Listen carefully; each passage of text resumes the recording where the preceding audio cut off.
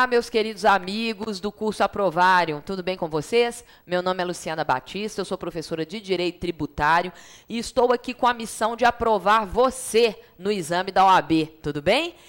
E nós vamos trabalhar o conteúdo de Direito Tributário, 4 questões em Direito Tributário, quantas nós vamos acertar? As 4. Combinado? É meta, então, é a nossa missão aqui, aprovar você no exame de ordem, então vamos lá, vamos garantir as 4 questões de tributário. Seguinte, eu vou começar relembrando com vocês, rapidamente, o conceito de tributo, tá? O conceito de tributo presente no Código Tributário, porque daí já dá para a gente tirar várias questões. Quando a gente fala em Código Tributário Nacional, o que é o CTN? Que tipo de lei é o CTN? Com isso, você também já consegue raciocinar em vários temas na parte tributária. Quando a gente fala em Código Tributário Nacional, vem comigo, eu estou me referindo, CTN, eu estou me referindo à Lei 5.172 de 66, que à época da sua elaboração estava em vigor a Constituição de 46, não previa um instrumento lei complementar para trazer norma geral em matéria tributária. Então, olha que bacana. A Lei 5.172, à época da sua elaboração, ela foi aprovada e assim permanece, atenção, sob o aspecto formal, como uma lei ordinária, ok? Porém, pela matéria tratada nesta lei, qual matéria, Luciana? Normas gerais de direito tributário. O conceito de tributo está no CTN. Algumas espécies de tributo vocês vão encontrar no código, imposto, taxa, contribuição de melhoria.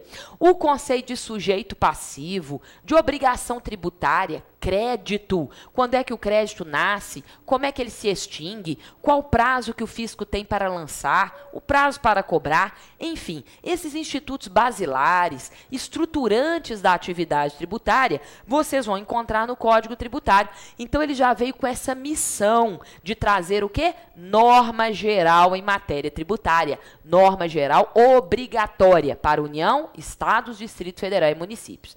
Então, meus amigos, seguinte, justamente pela missão do Código de trazer norma geral em matéria tributária, ele foi recepcionado pelas constituições posteriores a ele, Constituição de 67, a Emenda de 69, a Constituição de 88, enfim, como uma lei complementar de norma geral. Então, vamos anotar? Materialmente. Sob o aspecto material, nós estamos diante de uma lei complementar. Uma lei complementar de norma geral, que retira a sua força normativa de um dos artigos mais importantes do Código. Eu quero agora que vocês abram, Código não, da Constituição Federal, ok?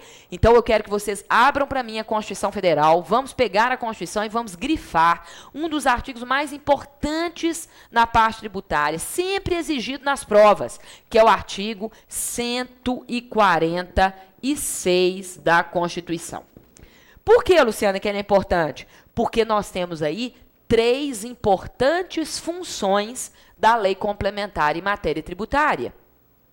Dispor sobre conflito de competência, regular as limitações ao poder de tributar e o que mais me interessa nesse momento com vocês, 146, inciso 3, trazer norma geral em matéria de legislação tributária, especialmente sobre conceito de tributo, das espécies de tributo, obrigação, crédito, enfim. Ok? Então, artigo 146, inciso 3. Então, fechando esse ponto, o Código, apesar de votado como uma lei ordinária, foi recepcionado com a força normativa em função do seu conteúdo, a força normativa de uma lei complementar de norma geral, retirando essa força normativa de lei complementar de norma geral, obrigatória para todos os entes, do artigo 146, inciso 3 da Constituição. Com base nessa força normativa do Código, hoje só podemos alterar o Código por lei complementar, maioria absoluta dos membros do Congresso. Vamos fazer outro código? Vamos. Então, temos que aprovar uma lei complementar no Congresso. Enfim, a sua força normativa predomina sobre a sua forma de elaboração. Com base neste raciocínio, que o Código foi recepcionado como uma lei complementar de norma geral, nós temos a súmula vinculante número 8. Meus amigos, seguinte, dica aqui sobre a matéria tributária para o exame da ordem. as questões, caem muitas questões literais, assim, né, vocês têm que saber a letra de lei, Constituição, Código Tributário e as súmulas, sobretudo as súmulas vinculantes, porque temos muitas súmulas vinculantes em matéria tributária, ok? Súmulas normais também, digamos, do STF, do STJ, mas muitas súmulas vinculantes. Então, a nossa primeira súmula é a súmula vinculante número 8. O que aconteceu? Deixa eu contar uma história para vocês entenderem o contexto da súmula. Uma lei ordinária federal, a Lei 8.212 de 91, trouxe um prazo de decadência, prazo para lançamento do tributo e prazo de prescrição, prazo para a cobrança do tributo em relação às contribuições da Seguridade Social, que nós veremos são um tipo de tributo dentro das contribuições especiais. Esta lei ordinária federal trouxe um prazo de decadência de 10 anos e um prazo de prescrição de 10 anos para essas contribuições da Seguridade Social. Mas, gente, se essas contribuições são tributo, elas têm que se sujeitar à lei complementar de norma geral em matéria tributária, que é o Código Tributário. Então, qual que é o prazo de decadência previsto no Código para todos os tributos? 5 anos. E o prazo de prescrição? Também de 5. Por isso, o Supremo, nessa súmula vinculante, depois leiam com calma, nessa súmula vinculante, o Supremo nos diz o quê? Inconstitucional. Os artigos inconstitucionais, os artigos desta lei que trouxeram prazo de decadência e de prescrição para essas contribuições da Seguridade Social, diferente do previsto no Código. Então, pela força normativa do Código, como lei complementar de norma geral, então, prazo de decadência, prazo de prescrição é o previsto no Código para qualquer tipo de tributo. Tudo bem? Ficou claro aqui esse ponto? Então, vamos avançar? Vamos lá. Então, nós vamos encontrar o conceito de tributo no Código Tributário, conceito este obrigatório, válido para todos os entes da Federação. Então, peguem para mim, com atenção, o artigo 3º do Código, vamos ao conceito de tributo. Relembrando, então, conceito de tributo, artigo 3º. O Código nos diz o seguinte, que o tributo é toda prestação. Toda prestação. Eu vou analisando cada parte do conceito com vocês. Então, o tributo é toda prestação. Gente, seguinte, toda prestação que contiver as características do artigo 3º é tributo, independentemente da denominação. Não é a nomenclatura, não é assim, Jonathan? Não é assim? Não é a nomenclatura que dá a natureza jurídica ao instituto. Ou seja, não interessa o nome que o poder público deu. Se o instituto cumpre com as características do artigo 3º, é tributo, independentemente do nome. Isso está no artigo 4º, inciso 1º do Código Tributário Nacional. Ok? Avançando. O tributo é toda prestação. Quando a gente fala em prestação, nós estamos falando do objeto de uma relação jurídica, uma relação que surge entre credor e devedor. E daqui nós já vamos extrair um conceito que nós vamos precisar mais à frente. Atenção agora, hein? Quando eu falo em prestação, estou falando do objeto de uma relação jurídica que se estabelece entre credor, chamado pelo Código de sujeito ativo, artigo 119 do CTN. E sujeito passivo, devedor, artigo 121 do CTN. O devedor, nós veremos, pode ser contribuinte, aquele que realizou o fato gerador, ou pode ser o responsável, aquele que não realizou o fato gerador, mas tem o dever de cumprir com a obrigação por imposição legal. Então, quando a gente fala que o tributo é uma prestação, ele é o objeto de uma relação que se forma entre credor e devedor. A esta relação jurídica, meus amigos, anotem para mim, o Código chama de obrigação tributária, um dos temas mais recorrentes na prova da OAB. Então, nós temos aqui, olha, a essa estrutura, o Código denomina obrigação tributária. Atenção agora, todas as vezes em que eu falar de uma obrigação que tem por objeto a entrega de dinheiro aos cofres públicos, como é o caso do tributo, Não é isso? Como é o caso da multa, da penalidade pecuniária, que surge o dever de pagar a multa porque você infringiu a legislação tributária. Exemplo, tinha que pagar o seu IPVA no dia e não pagou? Tinha que prestar uma declaração do imposto de renda em determinado prazo e não o fez? Então, agora você tem que pagar uma multa, porque você descumpriu uma obrigação tributária. Então, meus amigos, guardem o seguinte, todas as vezes em que eu falar de uma obrigação que tem por objeto a entrega de dinheiro aos cofres públicos, o código denomina essa obrigação, vou destacar aqui para vocês, hein, de obrigação principal. Então, quando eu falo em obrigação principal, eu estou falando de uma obrigação de dar. Dar o quê? Dinheiro aos cofres públicos. Tranquilo? Obrigação principal. Isso está no artigo 113, parágrafo 1º do Código Tributário Nacional. Tá? Quando é que surge esta relação jurídica ao unir credor e devedor, tendo por objeto o tributo? Surge com a ocorrência do fato gerador. Tá? Fato gerador. Então, com a ocorrência do fato gerador, meu amigo Jonathan é proprietário de um imóvel na zona urbana do município, na data prevista na lei municipal, digamos, 1º de janeiro. Proprietário de um imóvel na zona urbana em 1º de janeiro. Ele realizou o fato gerador de um imposto que se chama IPTU. Surge uma relação jurídica a envolver o município X ao proprietário do imóvel, nosso amigo Jonathan, tendo por objeto o pagamento de um imposto que se chama IPTU. Então, essa obrigação, repetindo mesmo, que envolve a entrega de dinheiro, como é que a gente chama? Obrigação principal. Ué, Luciana, eu acho que tem um outro tipo de obrigação, não tem não? No direito tributário, que não envolve entrega de dinheiro? Estou lembrando aqui, obrigação acessória, é isso mesmo? Perfeito. Vão anotar o conceito? Então, vamos fazer a distinção?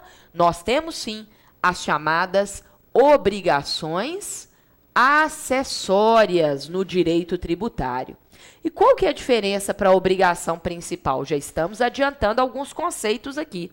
A obrigação acessória, prevista no artigo 113, parágrafo 2º do CTN, ela não vai envolver a entrega de dinheiro. Ela vai envolver outras prestações. Prestações de fazer algo, emitir nota fiscal, prestar uma declaração, no caso do imposto de renda, escriturar livro fiscal, ou vai envolver prestações de não fazer, de tolerar, de se abster. Exemplo, tolerar a fiscalização, não embaraçar a fiscalização, não transportar mercadoria desacobertada de documento fiscal. Então, vem comigo. Obrigação acessória envolve fazer ou não fazer. Beleza? Fazer ou não fazer. Enquanto a obrigação principal, meus amigos, envolve o dever de dar. O quê? Dinheiro aos cofres públicos. Tudo bem até aqui? Estamos juntos? Maravilha. Então, o tributo, vamos retomar o artigo 3º do Código. Tributo é toda prestação pecuniária, porque vimos que nasce essa relação tendo por objeto a entrega de dinheiro, tanto que o Código chama de principal, em moeda ou cujo valor nela se possa exprimir. À época de elaboração do Código, era comum pagar o tributo com selos, estampilha, vale postal, além de moeda, de cheque. Então, por isso que o Código abriu essa locução, que não atrapalha o conceito. Então, o tributo é prestação pecuniária, avançando, compulsória. Eu estou mudando um pouquinho aí a ordem do artigo 3º, mas não se preocupem, nós vamos falar de todos os itens que estão aí, tudo bem? Então, vamos lá. Então, o tributo é uma prestação compulsória. O que significa compulsória, gente? Obrigatória. Bacana. Agora, vem comigo aqui. De onde advém essa obrigatoriedade? Qual que é a origem dessa obrigatoriedade? O Jonathan tem que pagar obrigatoriamente o IPTU porque praticou o fato gerador de ser o proprietário de um imóvel na zona urbana do município. Tudo bem, ele tem mesmo que cumprir essa obrigação de forma obrigatória e compulsória. Mas de onde advém esse dever de cumprir com a obrigação tributária? Perfeito. Advém da lei. Maravilha. Então, o tributo, vem comigo, o tributo é uma prestação ex lege, ok? Obrigatória em virtude de lei. Então, a lei da União para os seus tributos, lei do Estado para os seus tributos, lei do município para os seus, do DF para os seus tributos, ou seja, cada ente dentro da sua competência, cada ente dentro do seu poder de legislar. Cada ente vai instituir, vai criar o tributo na lei. Então, vai prever na lei o fato gerador, vai prever a obrigação tributária. Então, ocorrido na vida real o fato gerador descrito na lei, surge compulsoriamente, obrigatoriamente, o dever de pagar o tributo. Então, o tributo é uma prestação que decorre diretamente da lei. Não interessa a vontade das partes. Não interessa o próprio conhecimento das partes. Então, você pode já ter praticado o fato gerador de um tributo. Vamos imaginar que eu doei um bem imóvel para o meu amigo Tiago e ele não sabia que existe um imposto no Estado que incide sobre essa situação, que é o imposto sobre doações, o ITCD. O Tiago não recolheu o ITCD, passou o prazo que o fisco tinha para lançar esse imposto, a obrigação se extinguiu em virtude de lei. Nasceu independente da vontade das partes, por imposição legal, por ele ter praticado o fato previsto na lei, e se extinguiu depois de um tempo, também por imposição legal, independentemente da vontade ou do conhecimento das partes. Então, com isto, olha que bacana esse ponto, hein? Pelo fato do tributo ser uma prestação ex lege, compulsória em virtude de lei, nós vamos diferenciar o tributo dos contratos. Então, quando o poder público celebra contratos, vende um imóvel, aluga um imóvel, explora atividade econômica e recebe por isso, pelo uso de um bem público, uma tarifa, por exemplo. Então, todas as fontes de receita que o Estado tem, mas que advêm da vontade das partes, não se confundem com tributo. Então, nós não podemos confundir as prestações ex lege com as prestações ex voluntate. Concordam? Que nascem em virtude da vontade das partes, como os contratos. Então, vou riscar, ó. Então, se te perguntarem na prova, o tributo não se confunde com o contrato, por quê? Porque o tributo é uma prestação ex lege, nasce em virtude de imposição legal, enquanto o contrato nasce em virtude do acordo de vontades. Podemos avançar? Devemos. O tributo, então, é uma prestação instituída em lei. Nós vamos aprofundar esse conceito ao estudarmos mais à frente o princípio da legalidade tributária. Vamos avançar, então.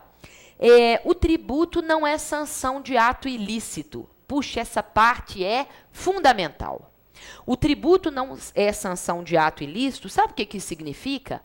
Que o fato gerador de qualquer tipo de tributo que nós vamos estudar aqui, vamos relembrar os tipos de tributo, imposto, taxa, contribuição de melhoria, empréstimo compulsório, contribuições especiais. Meus amigos, qualquer tipo de tributo não pode ter como fato gerador, como aqui, ó, o fato que vai gerar a obrigação tributária, a descrição de um ato ilícito. Então, o fato gerador de qualquer tipo de tributo, já anoto para vocês, o fato gerador de qualquer tipo de tributo deve ser sempre a descrição de um fato lícito. E com isto, o tributo não se confunde com a multa. Porque a multa, sim, é sanção de ato ilícito. O fato que gera o dever de pagar a penalidade é a prática de um ilícito. Enquanto o tributo, o dever de pagar o tributo nasce sempre de um fato lícito.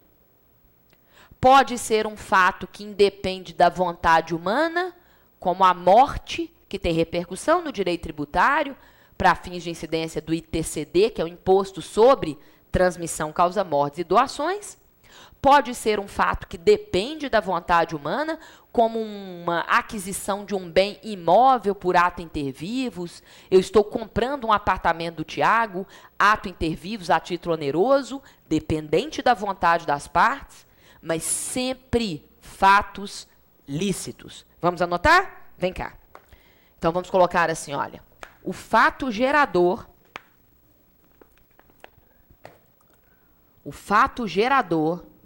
do tributo, qualquer tipo de tributo, deve ser sempre um ato lícito, ok? Diferente da multa, que tem por fato gerador um ato ilícito. Um ato ilícito. Bacana? Agora, cuidado, hein?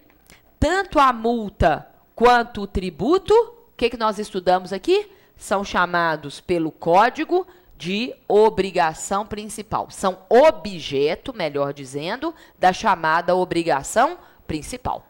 Porque tanto o tributo quanto a multa, o que eles têm em comum? Em comum o fato de serem prestações pecuniárias, em comum o fato de serem prestações obrigatórias em virtude de lei. Então, o Código denomina o tributo e a multa como o tributo e a multa são objeto da chamada obrigação principal. Mas, fechando esse ponto, não se confundem, porque o tributo não é sanção de ato ilícito. Tá? Agora, um detalhe que já foi cobrado na prova da OAB, jurisprudência do Supremo Tribunal Federal, que é o seguinte: o ato ilícito, exemplo, o tráfico de entorpecentes, o apontamento do jogo do bicho, o ato ilícito não pode ser tributado, o ato ilícito. Mas sabemos que o ato ilícito pode gerar riqueza, não pode? Não pode gerar renda? Com esta renda, você pode adquirir um patrimônio, um imóvel urbano, um imóvel rural, um veículo automotor, realizar uma aplicação financeira. Então, nós agora vamos falar do rendimento, dos frutos da atividade ilícita. Meus amigos, segundo o Supremo Tribunal Federal, o rendimento, os frutos, as manifestações de riqueza advindas da atividade ilícita são tributáveis. Não se confunde o ato ilícito, que não pode ser tributado, com os frutos dele advindos. Os frutos dele advindos são tributáveis. Vai incidir imposto de renda. Se você adquirir um imóvel na zona urbana do município, incide o IPTU. Você permanecendo proprietário, né, e praticando o fato gerador na data prevista na lei do município, digamos, 1º de janeiro. Não interessa como é que você adquiriu aquele imóvel, o que interessa é que você é o proprietário na data prevista na lei municipal. Incide o IPTU, independente da origem da renda com a qual você adquiriu aquele bem. Então, coloca assim para mim, olha, os rendimentos do ato ilícito são tributáveis.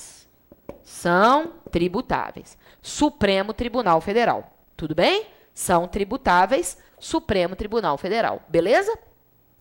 Qual que é a base da jurisprudência do Supremo? Artigo 118 do Código Tributário. Interpreta-se o fato gerador abstraindo-se da validade dos atos efetivamente praticados. Então, por exemplo, o tráfico de entorpecentes não tem validade jurídica. O objeto é ilícito, o contrato é nulo. Agora, o que interessa é que ele gerou renda. E esta renda é que vai ser tributada independente da origem. Então, vamos anotar? Artigo 118 do Código Tributário. E ainda um princípio que certamente os senhores conhecem, que é o chamado princípio do non olet. Não é isso? O tributo não cheira. Metaforicamente, o que isso significa? Significa, assim, a atividade ilícita é a atividade que não cheira bem. É a atividade mal cheirosa, não pode ser tributada. Mas o que interessa é que ela gerou riqueza. E o tributo vai incidir sobre a manifestação de riqueza, independentemente da origem. Bacana? Estamos juntos? Maravilha. Podemos? Então, vem cá. Fechando o conceito de tributo, hein? Artigo 3º do Código. Estamos juntos, né? O código diz assim, olha, o tributo é uma prestação cobrada mediante atividade administrativa plenamente vinculada. Então, quem está no polo ativo, quem é o credor, realizando os atos de cobrança, arrecadação, fiscalização, do cumprimento dessa prestação, que é o tributo, quem está no polo ativo realiza atos administrativos plenamente vinculados à lei. Não pode o sujeito ativo, se não houver previsão legal, não é assim, Jonathan? Não pode o quê? Dispensar o pagamento. Tributo é receita pública. Não pode prorrogar o prazo para pagar, reduzir o valor, excluir a multa, se não há previsão legal. Quais são os princípios do direito administrativo que regem aqui essa atividade? Indisponibilidade dos bens públicos, supremacia do interesse público sobre o interesse do particular, princípio da legalidade, administração só podendo fazer o que previsto em lei. Então, concluindo o conceito, meus amigos, o tributo é receita pública. Então, quem está no polo ativo, cobrando, arrecadando, fiscalizando, exerce essas atividades de maneira plenamente vinculada à lei. Bacana? Então, fechamos o conceito de tributo. Tributo é uma prestação compulsória, pecuniária, instituída em lei, que não é sanção de ato ilícito e cobrada mediante atividade administrativa plenamente vinculada. Perfeito? Maravilha. Vamos avançar. Nós sabemos que o tributo é um gênero que vai se repartir em tipos, né? Em espécies, imposto, taxa, enfim, contribuição de melhoria. Temos hoje 5 espécies de tributo, essa corrente que predomina na doutrina e na jurisprudência. Mas nós vamos combinar o seguinte. Antes de nós falarmos sobre cada um dos tipos de tributo, relembrarmos as características principais de cada tipo, nós vamos revisar o conceito de competência tributária. Porque aí, quando eu começar a falar de cada tipo de tributo, nós já vamos falando da característica daquele tributo e a quem compete legislar sobre aquele tributo. Competência cai na prova, Luciana? Sempre. É muito comum eles misturarem uma questão de espécies, tipo de tributo, com competência. Ou seja, eles perguntam sobre determinado tributo e a quem compete aquele tributo. Então, anotem aí para mim, próximo título, competência tributária. Vamos? Vamos lá. Competência tributária. Ok? E depois nós vamos falar sobre as espécies, os tipos de tributo. Então, bacana. Competência tributária.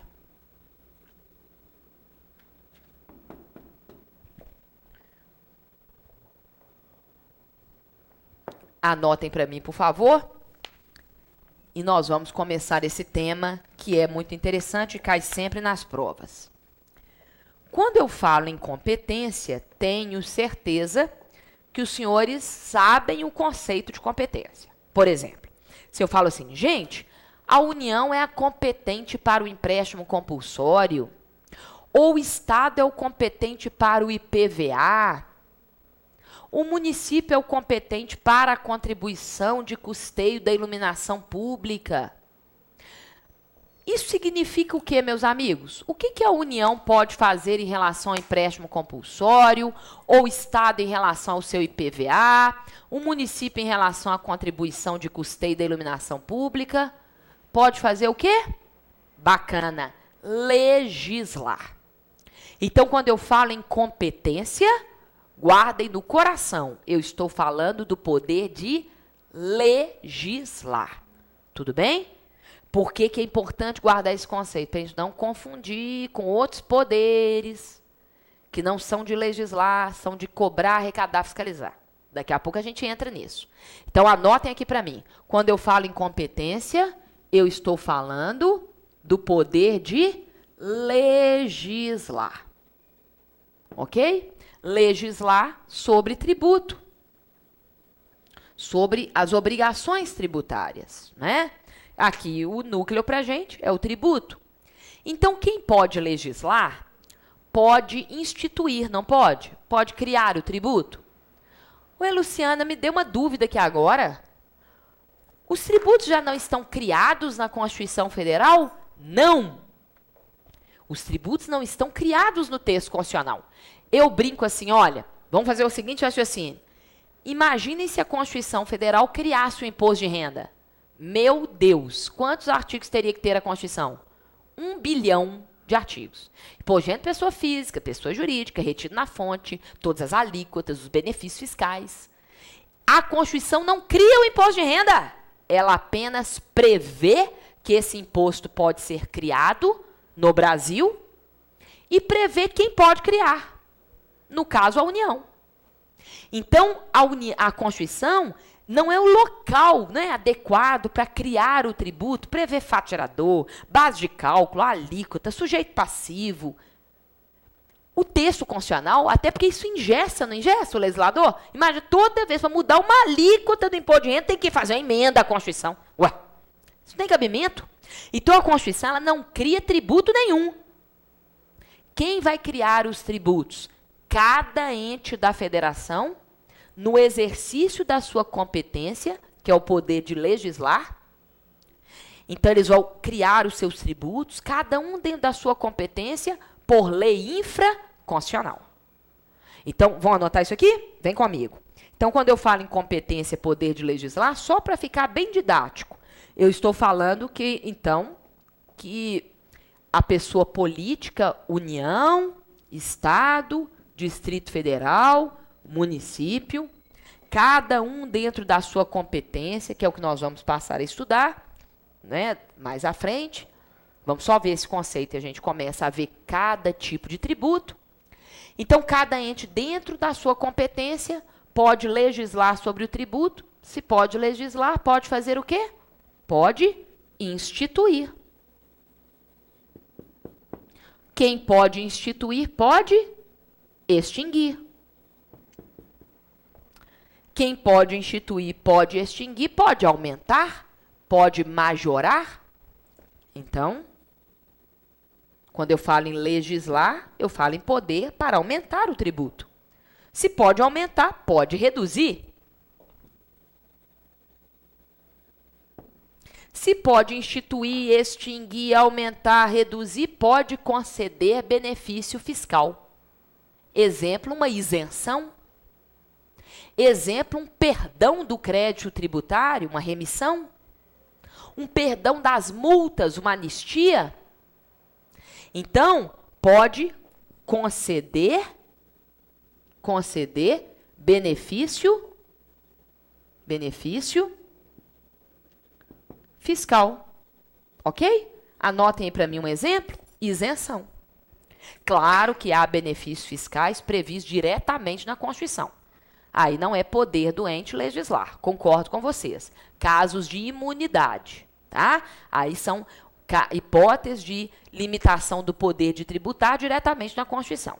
Mas estou falando de benefícios aqui no plano infraconstitucional. Exemplo clássico, uma isenção. Ok? Então, deu para anotar aqui? Bacana? Então, a competência, poder de legislar, poder este atribuído às pessoas políticas que compõem a federação, poder de legislar sobre o tributo, significando pode instituir, extinguir, aumentar, reduzir, conceder benefício fiscal. Vamos avançar? A competência é matéria o quê, gente? Constitucional. Não estudem competência no Código Tributário. Me façam esse favor. Se estudar no Código e errar, porque tem artigos do Código que não foram recepcionados pela Constituição, não me conta. Vamos combinar assim, Tiago? Não me conta que errou porque estudou no Código. Porque não tem jeito, eu tenho uma coisa, assim, um coração ruim. Desejo mal para essa pessoa que estuda de competência dentro do Código, erra depois de eu ter gritado tanto que não é para estudar no Código. A competência tem que estudar na Constituição. Porque se a competência é uma distribuição do poder de tributar entre as pessoas políticas, olha que bacana o raciocínio. A competência é matéria constitucional e tem que ser. Porque é a repartição do poder de tributar entre as pessoas políticas que compõem a federação. Então, vamos anotar isso aqui? Vamos lá. Competência, então, é matéria, quando eu falo em competência, eu estou falando de matéria constitucional. Então, para alterar competência, somente por emenda à Constituição. Ok? Claro, porque se a matéria é constitucional, para acrescentar algum tributo ao texto, retirar algum tributo do texto, passar um tributo de um ente para outro ente somente por emenda. Tranquilo demais. E desde que, olha que bonita essa ideia, gente, eu fico assim emocionada agora. A competência é uma matéria intrinsecamente relacionada ao princípio federativo. Porque se o tributo é a principal fonte de receita pública, então, quando a gente fala em princípio federativo, nós estamos falando de autonomia. Não basta autonomia política, autonomia administrativa, é preciso que os entes tenham autonomia financeira, dinheiro para realizarem suas funções. Então, a Constituição, por isso que ela prevê o poder de tributar. Se somos um Estado federativo, então ela prevê o poder de tributar e reparte esse poder entre os entes que compõem a federação. Então, como é que a gente pode concluir aqui, hein? A competência pode ser alterada por emenda, desde que não viole o princípio federativo. Por quê? Perfeito. O princípio federativo é cláusula pétrea. Então, vou anotar e vou dar um exemplo para vocês. Então, não se esqueçam de respeitar o 60, parágrafo 4º da Constituição. Bacana? Muito bem. Então, um exemplo simples. Já tivemos alteração de competência por emenda, Luciana? Já? A emenda 39, não precisa guardar o número não, mas a emenda 39 acrescentou a contribuição de custeio da iluminação pública no texto constitucional. Competência dos municípios e do Distrito Federal. Ok? Acrescentou poder para o município DF, diretamente, então, no texto. Então, tivemos uma alteração de competência por emenda. Agora, e violou o princípio federativo? Claro que não é, Tiago? Até aumentou a autonomia financeira dos municípios e do Distrito Federal, deu a eles mais um tributo. Maravilhoso isso. Agora, se cair assim na prova de vocês, está tramitando, hipoteticamente, uma emenda ao texto constitucional, cujo conteúdo é suprimir a competência tributária dos municípios. Essa emenda seria o quê, meus amigos? Inconstitucional. Perfeito. Porque suprimir a competência tributária dos municípios é violar o princípio federativo, porque é retirar a autonomia dos municípios. Tranquilo até aqui? Maravilha. Então, vamos avançar. Coloquem para mim, por favor, características da competência, tá? Matéria também sempre cobrada na prova da OAB. Então, competência tributária, vamos lá. Características da competência. Olha só. Características. Primeira característica e certamente a mais exigida na prova, tá? Características. A competência, gente, é um poder indelegável. Ou seja, quem recebe esse poder do texto constitucional não pode delegar, não pode transferir este poder para outro ente. Então, a competência, característica número 1, é um poder indelegável. Ok? Não confundir essa característica da competência, que é o poder de legislar, então diferente aqui, com a possibilidade de delegação. O que é delegável? O que pode ser transferido? O que é delegável? A capacidade ativa. A capacidade ativa. O que é a capacidade ativa? Querem anotar? Poder de cobrança, arrecadação, fiscalização. Aí os poderes de cobrar, arrecadar, fiscalizar, que são atos administrativos, aí podem ser delegados de uma pessoa jurídica de direito público para outra pessoa jurídica de direito público, ok? Exemplo clássico, o imposto sobre a propriedade territorial rural, que é de competência de quem? Quem se lembra? Muito bom, União. Só a União pode legislar, mas a União pode delegar, transferir os atos de cobrar, arrecadar, fiscalizar para o município. O município pode legislar, meus amigos? Nunca! Porque a competência é somente da União. O município vai exercer apenas a capacidade ativa. Coloquem para mim, por favor, artigo 7º do Código Tributário Nacional. Ok? Artigo 7º do CTN, tá? Próxima característica da competência. A competência é de exercício facultativo. O ente que recebe competência do texto constitucional não é obrigado a legislar. O exercício da competência é uma faculdade. Exemplo clássico, imposto sobre grandes fortunas. Até o momento, o imposto sobre grandes fortunas, apesar de previsto na Constituição, na competência da União, a União não legislou, não exerceu ainda a sua competência. Então, o exercício da competência é uma faculdade. Avançando. O ente que recebeu competência do texto não pode o quê? Renunciar a essa competência. Então, a competência ela é irrenunciável. Irrenunciável. Tudo bem? Outra característica, não se perde a competência pelo decurso do tempo. Não se perde a competência, não há prazo para o exercício da competência. Então, a gente coloca assim, a competência é incaducável. Incaducável. Tudo bem? E essa é muito tranquila, hein? Se a competência é matéria constitucional, então não se pode alterar a competência por lei infraconstitucional. Claro. Então, nós falamos assim, a competência é inalterável. Ok? Por lei, vou colocar assim, ó. Dá para entender? Infra-CF, ou seja, infra-Constituição. Tá? Só podemos alterar a competência por emenda, desde que não viole o princípio federativo. E para a gente concluir as características aqui da competência, peguem, por favor, o artigo 8º do Código Tributário Nacional. O artigo 8º do Código Tributário Nacional. O artigo 8º do CTN vai nos dizer, artigo 8º do CTN, vai nos dizer que o não exercício da competência, não a defere, não a transfere para pessoa jurídica de direito público diversa daquela a que a Constituição a tem atribuído.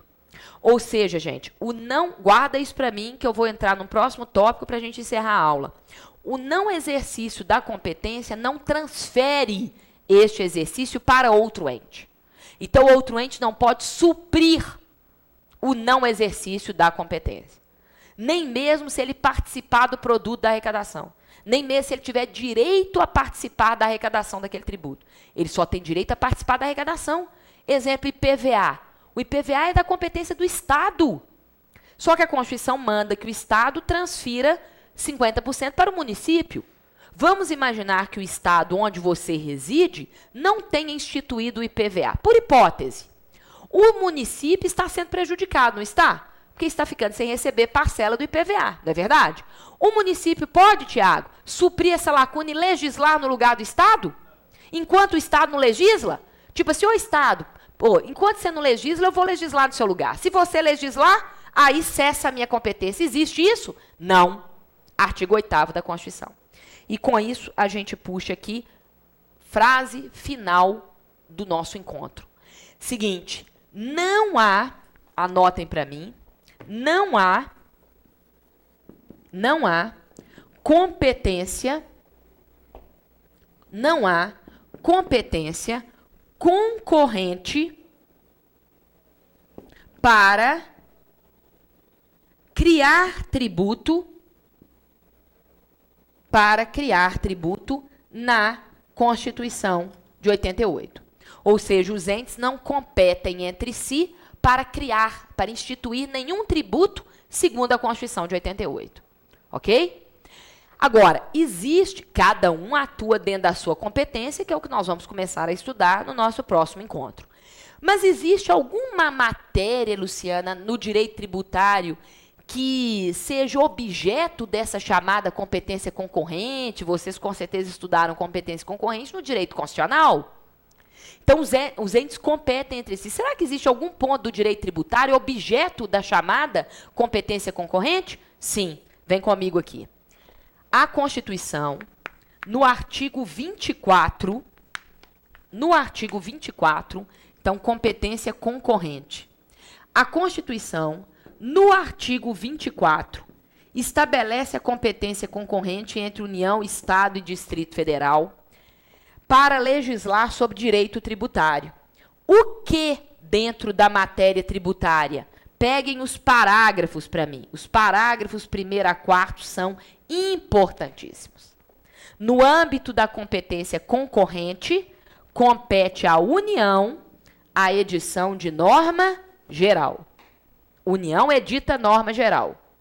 Estado e DF vão apenas suplementar a competência federal. Suplementar a competência federal. Agora, se a União não tiver editado a norma geral, não tiver feito a norma geral, aí, meus amigos, atenção, Estado e DF têm competência plena. Competência plena. E se vier posteriormente a norma geral? A União editar posteriormente a norma geral. Estão me acompanhando? Estamos juntos? Peguem o artigo 24 e os parágrafos da Constituição Federal. Importantíssimo. Aí, se a União posteriormente editar norma geral, suspende a eficácia da lei do Estado ou do DF no que for contrária à norma geral. Tudo bem? Então, fechando, existe competência concorrente para edição de norma geral, compete à União. Se a União não legisla, Estado e DF legislam de maneira plena. Se a União legisla posteriormente, suspende a eficácia da lei do Estado ou do DF no que for contrária. Me dá um exemplo, Luciana, de aplicação dessa competência concorrente no campo tributário? Vou dar o exemplo mais top, o que é cobrado na prova da OAB, depois nós vamos verificar uma questão sobre isso. Exemplo, artigo 146, inciso 3, a linha A da Constituição. A Constituição nos diz que para os impostos, grifem para mim, não é para todos os tributos, somente para os impostos, cabe à lei complementar estabelecer norma geral sobre fato gerador, base de cálculo e contribuinte. Então, vem uma lei complementar estabelecendo esses 3 aspectos, fato gerador, base de cálculo, contribuinte, para padronizar, uniformizar a matéria. Me ajudem. Quem edita essa lei complementar de norma geral? A União. Então, por exemplo, para o ISSQN, o Imposto sobre Serviços de Qualquer Natureza, meus amigos que vão fazer a segunda etapa em Direito Tributário, tem que estudar a Lei Complementar 116 de 2003, que é a lei de norma geral sobre o ISS. Válida, obrigatória para todos os municípios e para o Distrito Federal. Agora, se não há essa lei complementar de norma geral, se a União até hoje não fez essa lei complementar, exemplo, na prática, exemplo real, IPVA, meus amigos, até hoje a gente não tem uma lei complementar de norma geral sobre o IPVA. Na ausência dessa lei complementar de norma geral, o que os estados e o Distrito Federal têm feito? Eles não podem instituir seu IPVA? Claro que não é assim. Eles podem instituir, Luciana, com base em qual artigo? 24, parágrafo 3º. Na ausência da lei complementar, eles legislam de maneira plena. Tudo bem? Legislam de maneira plena. Então, guardem para mim um 463A. Este é um dispositivo, aí o finalzinho de um 463A, voltado para os impostos, não é para todos os tributos, só para os impostos, cabendo à lei complementar estabelecer norma geral sobre fato gerador, base de cálculo e contribuinte. Vamos verificar uma questão sobre a matéria? Vem comigo então, vamos lá. Olha só, cobrada na prova da OAB, dizendo o seguinte: o artigo 146-A da Constituição Federal estabelece que lei complementar deve trazer a definição dos fatos geradores, base de cálculo e dos contribuintes dos impostos previstos na Constituição. Caso não exista lei complementar prevendo tais definições relativamente aos impostos estaduais, olha o exemplo que eu acabei de citar do IPVA. Os estados, letra A, não podem instituir e cobrar seus impostos sob pena de violação do artigo 146. Errado, podem instituir com base no artigo 24, parágrafo 3º. Podem instituir e cobrar seus impostos, desde que celebrem convênio para estabelecer norma geral. Nada disso. Nós vimos que não há essa previsão de convênio. Eles podem legislar de maneira plena. Letra C. Podem instituir e cobrar seus impostos, pois possuem competência legislativa plena, até que a lei complementar venha a ser editada. Maravilha, resposta letra C, artigo 24, parágrafo 3º da Constituição.